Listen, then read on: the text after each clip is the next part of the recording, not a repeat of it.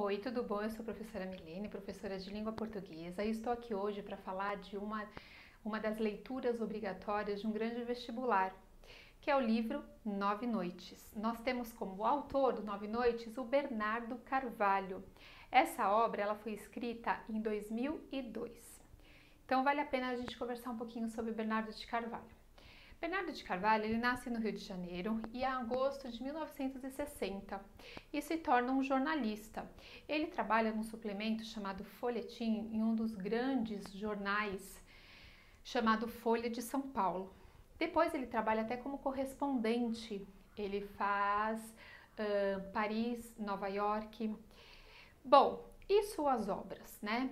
Primeiro que ele tem um antepassado muito importante, que é o Marechal Rondon, que nasce em 1865 e morre em 1958.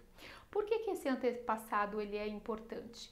Ele é importante porque ele trabalha no serviço de proteção ao índio. É importante também eu comentar nesse ponto que essa obra Nove Noites, nós vamos ter um narrador que ele vai trazer muitas informações do próprio autor. Então essa relação que ele tinha, esse conhecimento que ele tinha com os índios, vai ser importante porque vai ser abordado nessa obra, certo? Bom, que mais? O que essa obra fala mais além disso? Fala também, olha, vai falar como narrativas com acontecimentos ocasionais. O que é isso? Então assim, de repente, né, pessoas comuns acabam recebendo cartas de terroristas. Então, assim, numa banalidade da vida, tá? Tem um acontecimento que acaba eclodindo nessa narrativa. Além disso, os temas trabalhados por ele são mortes violentas, recordações familiares, a homossexualidade. Um dos personagens abordado, né, o principal personagem abordado, que na verdade é um personagem que existiu de fato, ele é questionado nessa obra Nove Noites se ele era homossexual, se ele não era, tem indícios de que ele fosse, né? Então, assim, muitos questionamentos em cima disso, certo? Bom, a obra foi importante porque ela recebe o prêmio Portugal Telecom, tá? Um prêmio muito importante e que torna essa obra uma obra com um conteúdo que reflete numa sociedade daquela época. Como assim?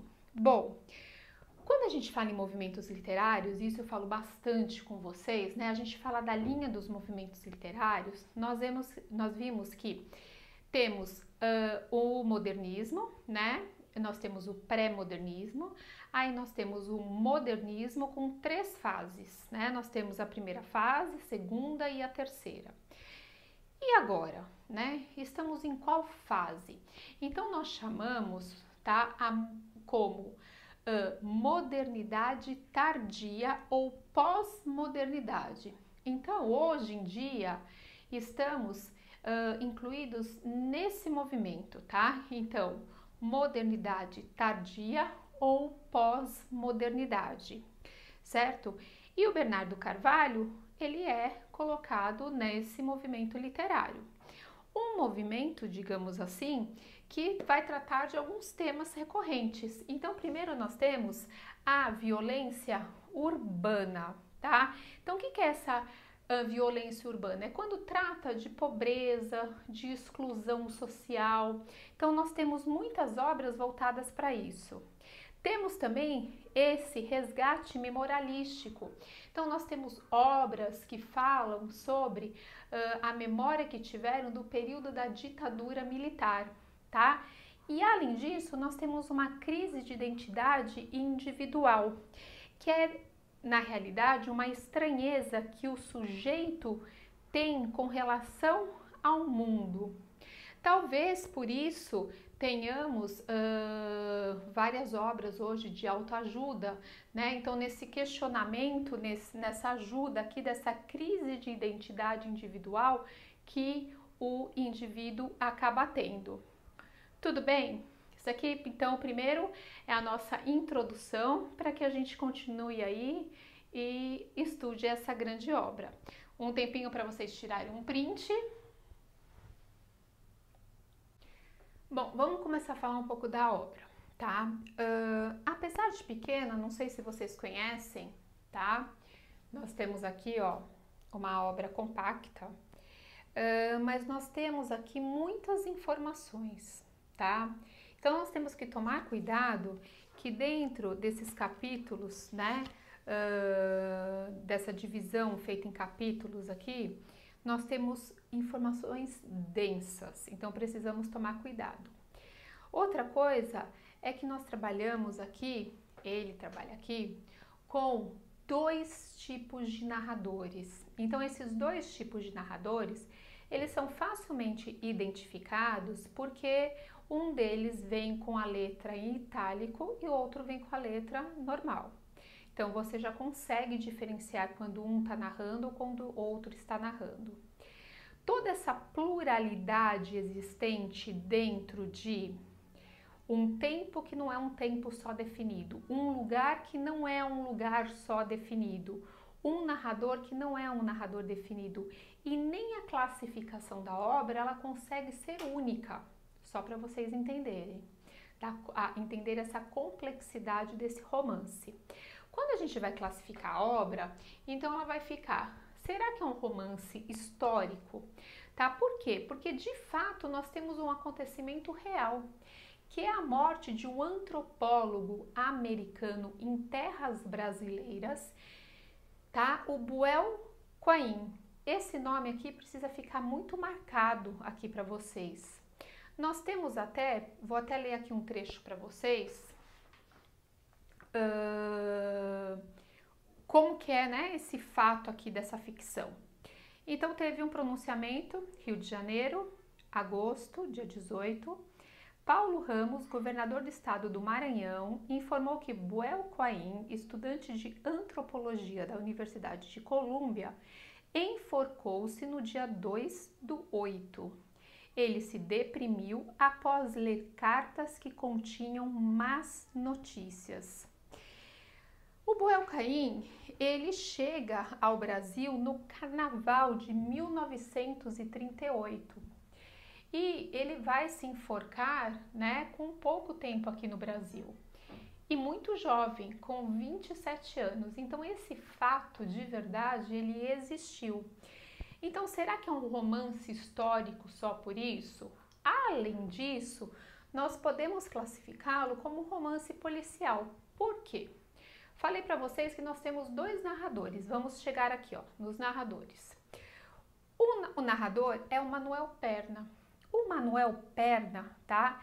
É um morador da cidade de Carolina, no Maranhão, e que teve contato com Buell Quain. Então, ele vai entrar na narrativa, né? E contar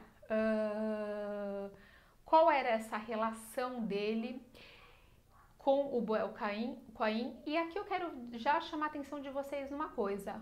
A obra, esse título, 9 Noites, já remete a essas 9 noites que o Manuel Perna teve com o Buell Quain.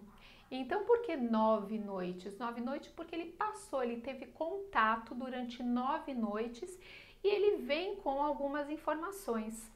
Só que olha, gente, essas falam, né, que ele escreveu essa carta, essas informações, vem de uma carta escrita 5 anos após a morte do Buell Quain. Mas, no decorrer da obra, o próprio narrador, ele vai falar que essa carta foi invenção dele, do próprio narrador. O que acontece aqui, gente? Tudo que acontece aqui nessa narrativa vai ser questionado. Será que isso de fato é verídico? Será que isso de fato aconteceu? Aqui nessa narrativa, né, nessa carta de Manuel Perna, o que é verdade de fato, o que não é verdade de fato? Então tem vários pontos, vários questionamentos que vão deixar o leitor até se sentindo num labirinto, tá? Num caleidoscópio, e a gente já vai voltar a falar sobre isso. Então você tem aqui Um romance policial, por quê? Porque esse jornalista, que é o segundo narrador, ok? Esse jornalista, ele vai ter uma certa curiosidade, ele vai entrar em contato com esse Buell Quain, em uma das leituras que ele faz de uma antropóloga. Ele vai ficar curioso para saber porque de fato ele se suicidou. Por que ele se suicidou aqui? Qual é o acontecimento? Então ele vai em busca de informações a respeito da vida dele e entra em contato, né, com vários documentos para tentar entender o porquê dessa morte. Então, por isso, um romance policial, investigativo, para saber por que de fato o Buell Quain ele acabou se suicidando. Por que metaficção historiográfica? Pois é, são reflexos, na verdade, em torno da fronteira entre o que é ficção e o que é, de fato, história, tá? Então, nós temos o autor real, às vezes inserido aqui dentro. Então, características, algo vivido por ele aqui dentro, tá? Então, coisas que ele vivenciou. Então, nós vamos ver uma parte que quais são as características em comum entre o Bernardo de Carvalho e esse próprio jornalista. Então, vocês percebem, né, que essa dúvida sempre paira, porque nós temos até uma colocação aqui, né, da vida do próprio autor aqui dentro, certo? Então percebam, nós temos aqui um espaço que ele vai se alterar no Rio de Janeiro, na Lapa, tá? Então nós vamos ter um jornalista aqui buscando informações sobre esse acontecimento. Nós temos a Carolina, né, a cidade de Carolina, no Maranhão, porque nós temos o Buell Quain, que ele tem contato com esse Manuel Perna, ele vai para uma tribo, tá? Quando ele chega aqui, ele é antropólogo, ele vem estudar os índios nessa região, tá? E a região até do Xingu. Então, quando a gente fala na região do Xingu, a gente vai colocar até o próprio Bernardo de Carvalho, que teve contato com tribos na região do Xingu. Então, nós temos uma mistura aqui, até com relação a datas. Prestem atenção, nós temos um acontecimento que foi em 1939, nós temos uma carta escrita 5 anos após, nós temos um jornalista escrevendo um romance em 2002, que ele começa em 2001, para tentar ir em busca dessas informações, tanto que aqui nós temos a citação da ditadura do Estado Novo, tá? Então nós temos 1937 até 1945, que foi a época de Getúlio. Então nós temos essas citações, por quê? Porque Buell Quain, quando ele esteve aqui no Brasil, ele vivenciou esse período da ditadura. Nós temos até citação do ataque às Torres Gêmeas, porque esse jornalista vai começar a escrever em 2001, quando ocorreu esse ataque à Torres Gêmeas. Tudo bem? Então, nós temos aqui, ó, só para a gente sintetizar, né, dessa obra tão complexa. Nós temos uma história que de fato aconteceu com um antropólogo que esteve aqui no Brasil, ok? No período do Estado Novo, da ditadura do Getúlio. Ele se suicida, tá? Numa tribo indígena, ok?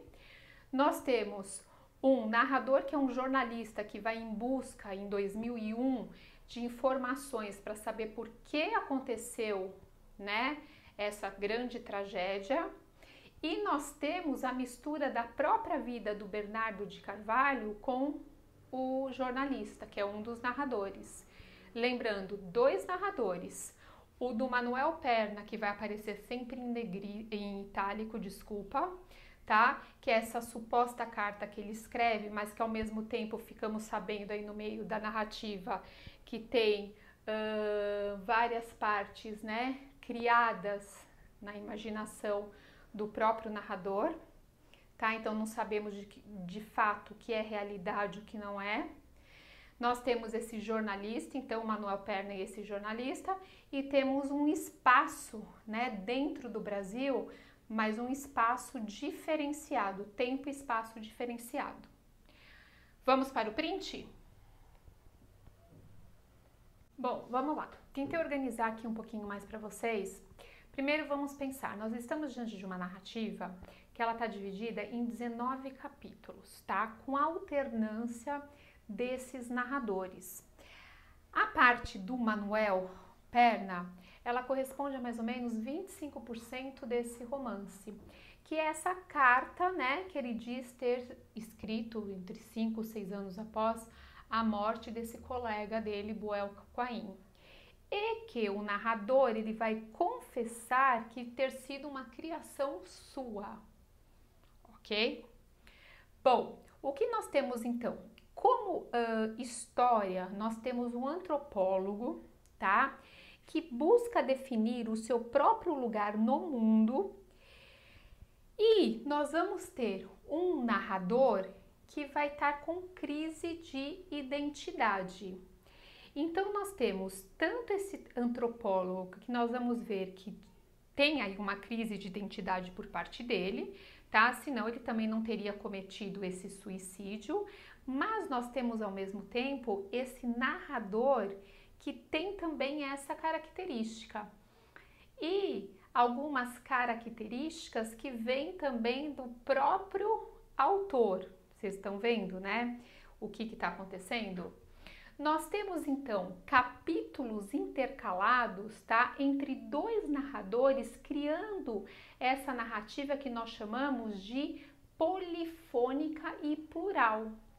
Então são narrativas, tá? De narradores diferentes, mas com discursos paralelos. Então, uma não vai depender da outra. São discursos paralelos e feitas em períodos diferentes. Tentei organizar aqui a cronologia para vocês. Nós vamos ter então a segunda metade dos anos 60, que é a relação do narrador com o pai no Xingu, tá? Então ele vai mostrar que ele teve acesso às tribos indígenas no Xingu. Nós temos 1990, que é o pai desse narrador no hospital. Foi inclusive, gente, esse pai do narrador no hospital que fez com que ele tivesse um interesse, surgisse esse interesse por esse Buell Quain. Por quê? Tá? A relação entre os pais, tanto do Buell Quain quanto do narrador, sempre foi uma relação de pais muito difícil, tá? Esse narrador, ele vai ser lá contado no capítulo 19. Então aqui, ó, quando ele vai lá e fala que o pai estava com problemas de saúde bem graves, o pai foi internado e nesse hospital, tá, nessa internação, você tinha até um jornalista que acaba o confundindo com um tal de um nome muito parecido com esse Buell Quain. Então é nesse momento que esse nome fica marcado na cabeça dele e ele vai depois, em contato com essa antropóloga, ele vai ver a similaridade sonora do nome dito por aquele jornalista lá na época que o pai dele foi internado, que ele foi confundido com essa pessoa, com esse nome que ele agora estava vendo e estava lendo lá nesse documento dessa antropóloga. Então isso que desperta de fato essa vontade de estudar esse antropólogo, ok? 1930 a 39, que é o período em que Buell está aqui no Brasil. 45, mais ou menos 5, 6 anos após que seria essa escrita da carta do Manuel Perna, por ter tido contato. Outra coisa, gente, esse Manuel Perna, é bom a gente falar que de fato ele existiu, tá? Então ele tem uma ficção com a realidade aí. Então nós temos primeiro a ideia dele ser um engenheiro, tá? da cidade lá de Carolina, e ele teve contato com o Buell Quain quando ele esteve lá, né? Ele era encarregado de um posto indígena, então por isso esse contato com o Buell Quain.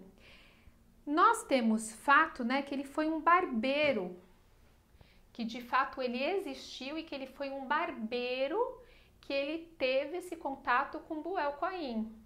Então vocês estão vendo aí essa mistura de ficção, né, essa parte histórica. Então ele de fato existiu, não era um engenheiro, mas ele era um barbeiro que teve sim, né, ele foi amigo desse Buell Quain, então ele tinha sim histórias para contar sobre ele.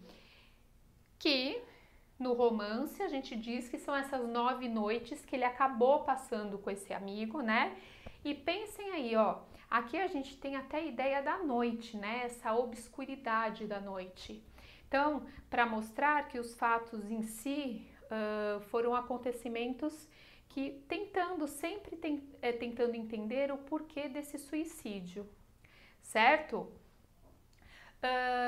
Nós temos então, pensem assim, nós vamos ter aqui esse início do romance, dessa redação, né, que vai ser em 2001, como eu já tinha dito para vocês. Então vamos pensar sempre num romance onde a verdade ela é incerta e inconstante. Então a todo momento você vai questionar. Você vai ter aí um antropólogo que ele foi obcecado por uma tribo chamada Turumai, que é até aqui que ele vai ter contato, né, essa tribo Turumai. E essa tribo Turumai, que ele vai ter contato, ele acaba se reconhecendo nessa tribo, mas é uma tribo negativa, tá? Ela é apresentada com rituais, refeições, tipos de refeição, até de relações sexuais incestuosas. Ele cita aqui no livro e ele vai falando assim que nessa tribo, isso, né, o Manuel Perna falando, que o colega tinha comentado com ele, que eles nem comentam quem é irmão de quem faz parte da família de quem, porque eles mantêm relações incestuosas. Além dessas relações incestuosas, até relações homossexuais. Geralmente ele fala de meninos com meninos, tá? E é uma tribo que via a morte como solução, né, para esses problemas. Então, ele até comenta, ele fala assim, né, isso aí são palavras do antropólogo, ele fala: nós temos uma sociedade brasileira que acabou absorvendo marcas desagradáveis de uma cultura indígena. E ele acaba se matando aqui nessa, né, ao estar estudando essa tribo. Então vocês estão vendo essa relação que ele tem, e é uma relação negativa, né, essa ideia de noite, né, de negativismo, como uma identificação que ele tem pela própria personalidade e pela própria visão do que ele é de fato. Tá? Então ele acaba se reconhecendo nessa tribo. Tudo bem até aqui? Vamos tirar mais um print? Bom, então vamos continuar comentando aqui, né? Vamos falar um pouquinho dessa carta que nós temos aqui do Manuel Perna, né? Essa carta do Manuel Perna, ela vem com várias informações, tá? Então ela vem contando que o Buell Quain, ele se enforcou depois de ele ter feito vários cortes pelo corpo. Então ele tentou fazer esses cortes, não conseguiu e depois ele acabou se enforcando numa árvore, certo? Ele tinha acabado de passar pela aquela tribo dos Turumai, tá? Outra coisa é que ele deixa uma carta inocentando os índios. Então, em nenhum momento ele culpa os índios ou aqueles fatos que a gente tinha comentado sobre a tribo, que ele acabou se identificando, mas de fato não foi aquilo que fez com que ele se suicidasse aos 27 anos, tá? Ele deixa 7 cartas tá? Antes de se matar, ele escreve 7 cartas. O narrador diz ter tido acesso a 4 cartas dessas. Então ele deixa inclusive uma das cartas para esse amigo. Tem aí várias situações, né? Como eu disse para vocês, é tudo muito questionável e nada vai ficar claro nem no final desse romance, tá? Será que ele se matou por conta desses problemas pessoais que ele tinha, ou esses problemas internos dele? Talvez ele era homossexual, né? Nós vamos ver uma parte aqui do livro que eu vou mostrar isso para vocês. Ele diz estar com uma deteriorização do corpo, uma doença, e essa doença, imagina-se ser a sífilis, que ele pegou quando ele veio, aí chegou aqui no Brasil. Ele chega no Rio de Janeiro, no bairro da Lapa, bem na época do carnaval, tá? E nessa época ele tem um caso com uma enfermeira. E ele, né, provavelmente um descuido por achar que ela é enfermeira e que ele não pegaria nada, então ele diz estar com a sífilis.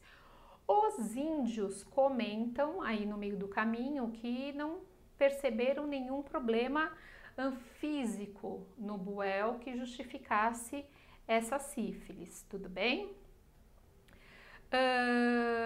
O Buell, então, eu coloco aqui para vocês, né? Ele nasce, então eu coloco aqui para vocês que ele nasce no dia 31/5 de 1912 nos Estados Unidos. Ele tem os pais médicos que são divorciados, tá?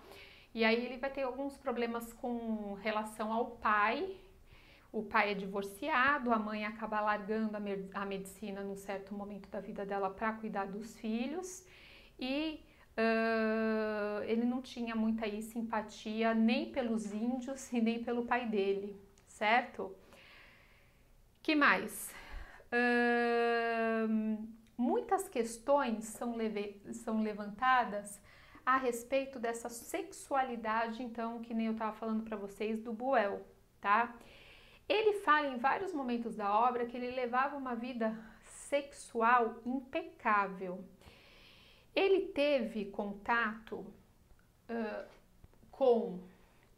na verdade, ele teve um relacionamento que é né, relatado aqui, eu vou contar para vocês, ó.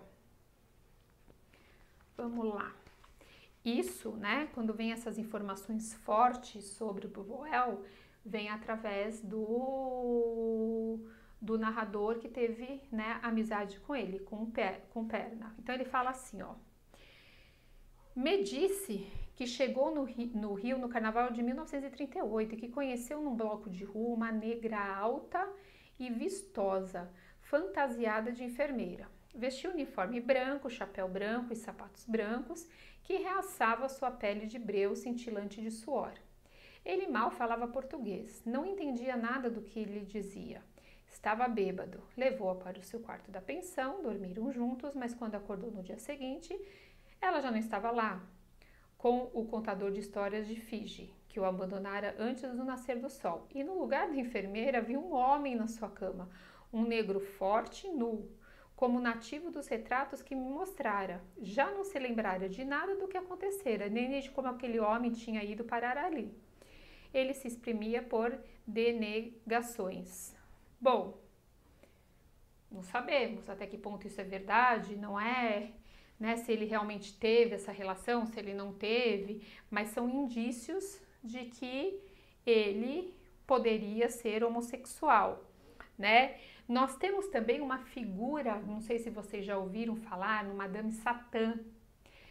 É uma das figuras mais emblemáticas e populares do Rio de Janeiro. Era um malandro e homossexual, tá? Que é um pseudônimo, na verdade, um apelido do João Francisco dos Santos. Ele viveu entre 1900 e 1976. Também tem menção ao Madame Satã. Bom, o narrador, ele vai colocando elementos da sua própria vida, que a gente chama de elementos autobiográficos, certo? Quais elementos são esses? Ele fala também que o pai dele, olha lá, a proximidade com Buell. O pai dele foi muito mulherengo, teve muitas mulheres, muitos casos amorosos, né? E foi justamente nesse hospital, com esse contato, né, com esse jornalista americano, tal, que já estava à beira da morte, que ele foi chamado, ó, de Bill. Deixa eu ver aqui direitinho para vocês. Bill Cohen. Tá? E aí ele vai Cohen, né? Ó, Buell Cohen. Então tem aquela proximidade sonora que depois, mais tarde, ele vai ter contato naquela citação da antropóloga. Então por isso que ele tem aquele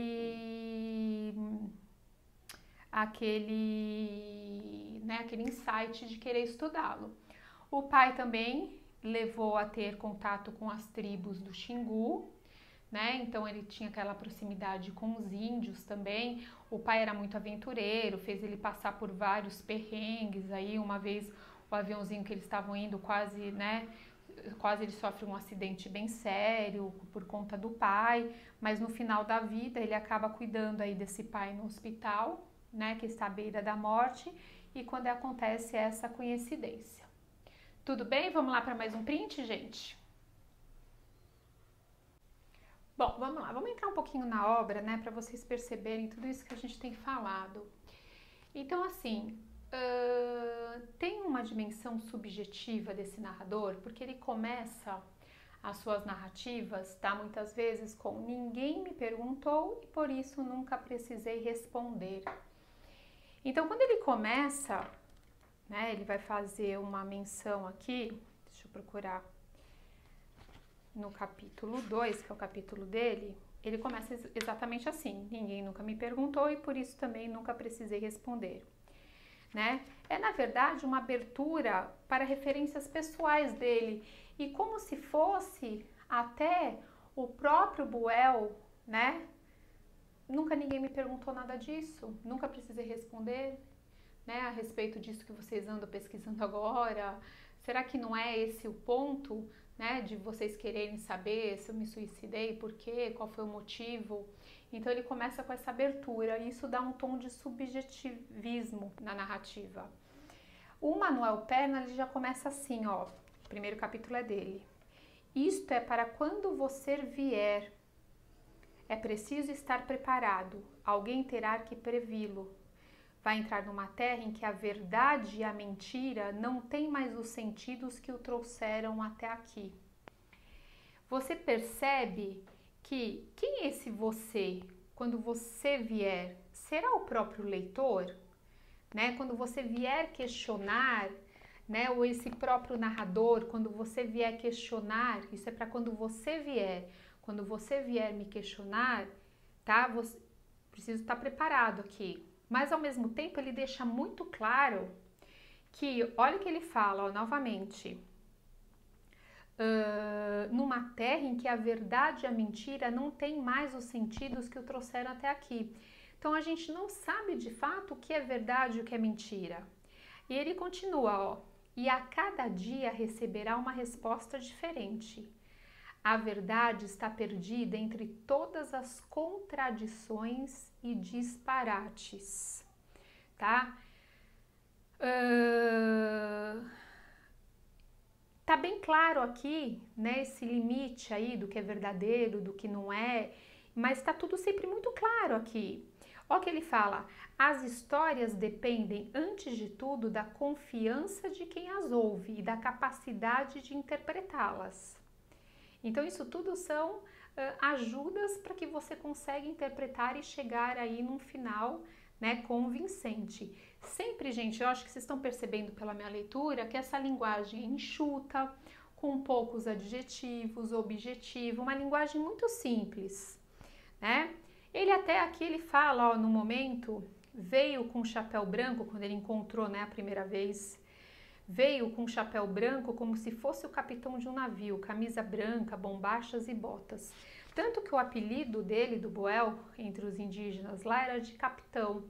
Nunca ficou de fato esclarecido o porquê, mas ele tinha sim esse apelido, tá? Aí ele se descreve, o Manuel Pernas se descreve, ele fala: posso ser um humilde sertanejo, amigo dos índios, mas tive educação e não sou tolo. Não guardo o rancor de ninguém, muito menos do Dr. Buell, meu amigo, a despeito de tudo que possa ter pensado e escrito, e a que só tive acesso pela incerteza das traduções do professor Pessoa a procurar nos papéis do morto uma explicação que eu mesmo fiz o que pude para esconder, tá? Então, ele vai... São essas duas narrativas que vão se intercalando e ele vai falando, né?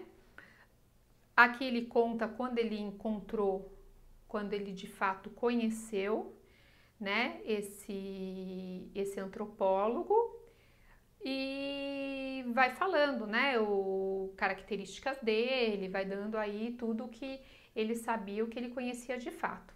Quando passa para a segunda narrativa, que é do narrador, né, que ele começa: ninguém nunca me perguntou e por isso também nunca pensei em responder, ele fala, ó: até ler o nome de Buell Quain pela primeira vez num artigo de jornal, na manhã de 12 de maio de 2001, um sábado, quase 62 anos depois da sua morte, às vésperas da Segunda Guerra. Foi quando ele associou, ele leu aquele artigo da antropóloga e fez aquela associação entre os dois nomes que ele já tinha escutado lá quando ele cuidou do pai no hospital, né?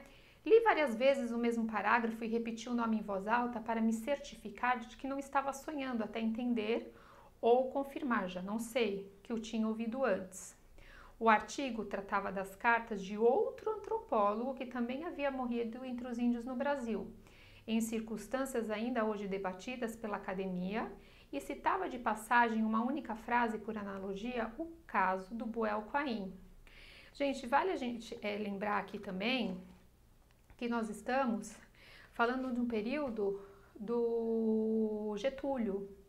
Então essas pessoas, esses estudiosos que vinham para cá, eram tremendamente perseguidos e ficavam sempre de olho com relação a eles. Eles não tinham uma tal liberdade como se tivesse hoje, né?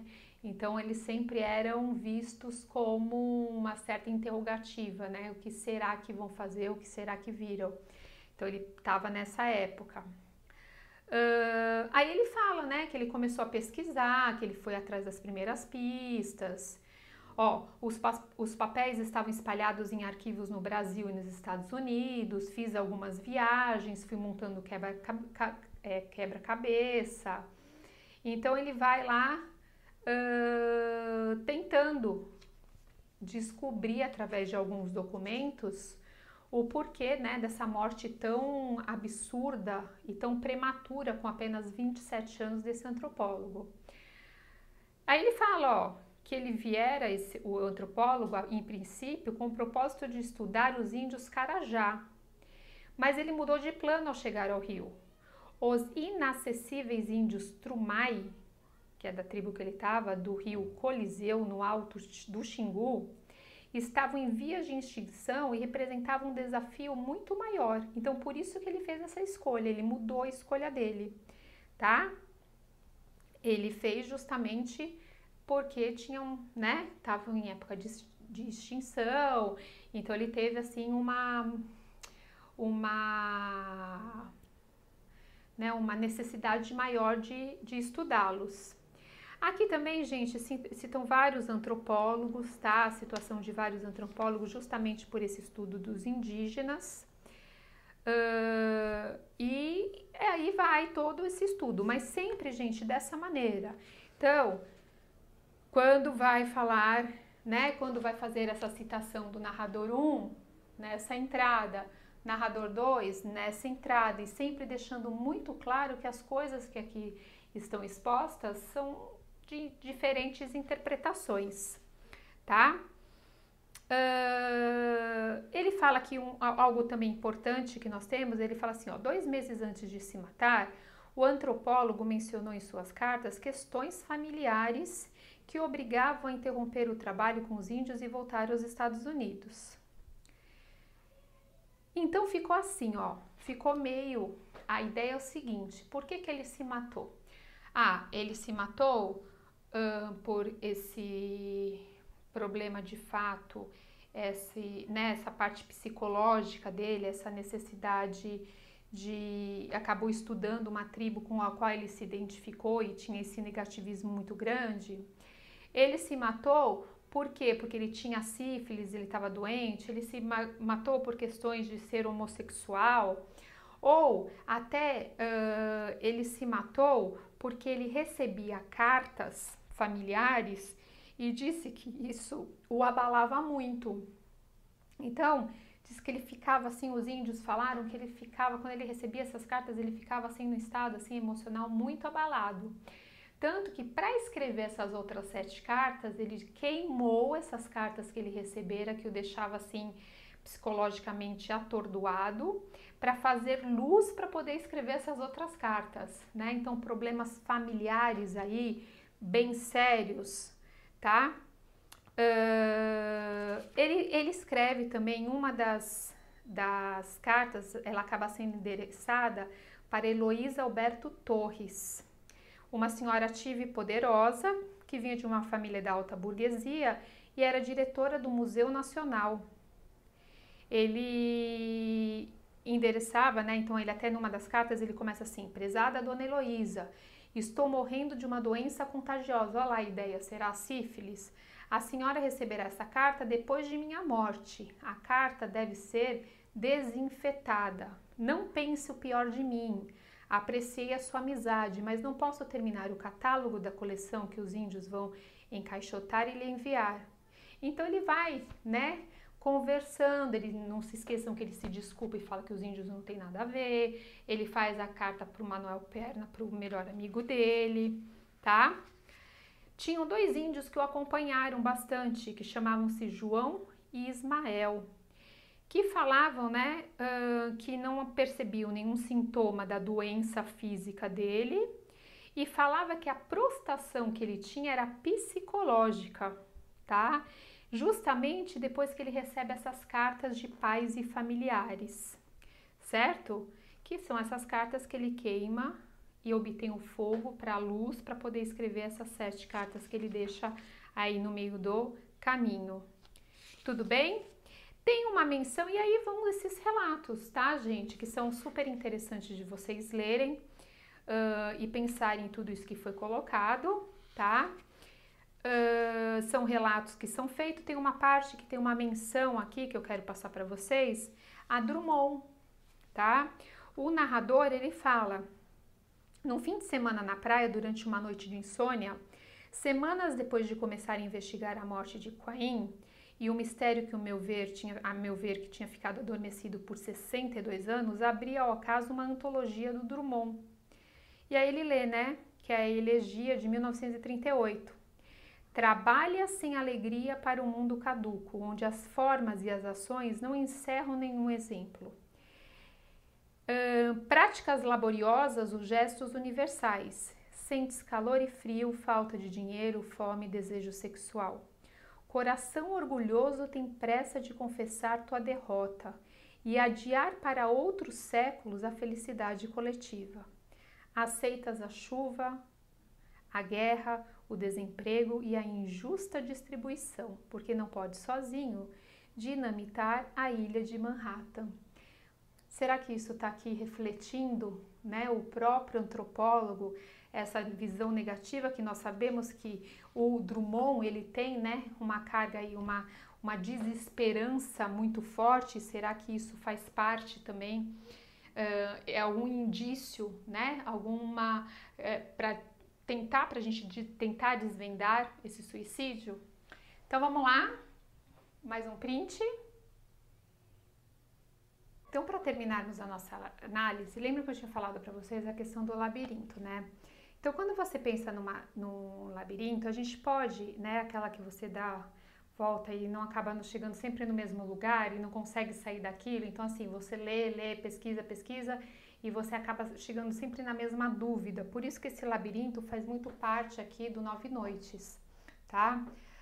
É a própria situação de andarilho atribuído ao antropólogo, tá? O leitor, ele vai sentir, ele não vai conseguir ir em busca encontrar essas respostas definitivas, tá? Então, essa ideia do labirinto. Quando a gente fala em caleidoscópio, o caleidoscópio é aquele que você dá uma olhada por dentro, né? Ele tem várias cores e você vai girando, ele vai formando imagens diferentes. Por quê? Tá? É justamente por essa grande gama temática que a gente tem aqui dentro. Então, será esse romance investigativo, né? Será uma reflexão sobre a ciência? Será uma reflexão, né, sobre, né, o que as tribos, onde chegaram essas tribos indígenas, né, como esses índios chegaram, então esses estudos antropólogos de tentar desvendar por que os índios chegaram, né, os primeiros habitantes chegaram a isso, tá? Casos amorosos, então essas relações homossexuais ou não, doenças, carnaval. Então, assim, essa grande gama, essas grandes diferenças temáticas, elas são representadas por esse caleidoscópio.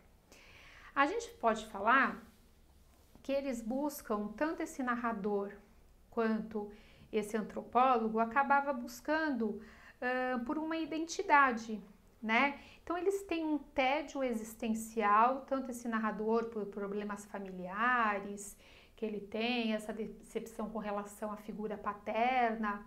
Então, eles partem para alguns estudos de outras culturas, de outras pessoas, o antropólogo com os índios, esse narrador com a própria vida do antropólogo, para tentar se encontrar, para tentar achar essa identidade, né? Esse jogo do esconde-esconde com relação ao leitor, ele é proposital, né? Você nunca sabe se está inventando, se é verdade, se dá para confiar, se não dá para confiar. Mas nós temos aqui dentro elementos que a gente pode chamar de paratextuais, que são elementos que de fato nos trazem algum tipo de auxílio. Então, tem aqui, ó, no finalzinho dele, tem os agradecimentos. Quando o Bernardo Carvalho faz esse agradecimento, ele fala assim, ó, este é um livro de ficção, embora esteja baseado em fatos, experiências e pessoas reais. É uma combinação de memória e imaginação. Como todo romance, em maior ou menor grau, de forma mais ou menos direta. Então, ele deixa isso. Outra coisa é quando ele fala aqui no comecinho, ó, que ele coloca assim de forma bem simples, né? A memória de Fábio T. Carvalho. Fábio T. Carvalho é o pai do Bernardo Carvalho, tá? E a Marisa Correia. Essa Marisa Correia é a autora do artigo que ele leu pela primeira vez o nome do Buell Quain. E outros elementos também são fotos, né, que aparecem. Tem uma foto aqui muito interessante, que essa foto aqui é uma foto de 1939, tem a Dona Heloísa, né, que a gente já falou lá, aquela do Museu Nacional, sentada no centro de um banco nos Jardins, né, e com alguns antropólogos aqui super conhecidos, como Levi Strauss. Então, você tem aqui a fotinho também. Então, aqui que são elementos que de fato vão nos auxiliar a esse teor metalinguístico da obra. Que fica esclarecido? Não, não fica, mas a leitura é uma leitura fácil, tá? Que depois de toda essa análise, eu sugiro que vocês leiam, tá? É uma leitura rápida e fácil para vocês conseguirem organizar todas essas informações desse romance tão complexo que a gente acabou de conversar. Então, ficamos até a próxima. Um beijo bem grande para vocês. Tchau, pessoal!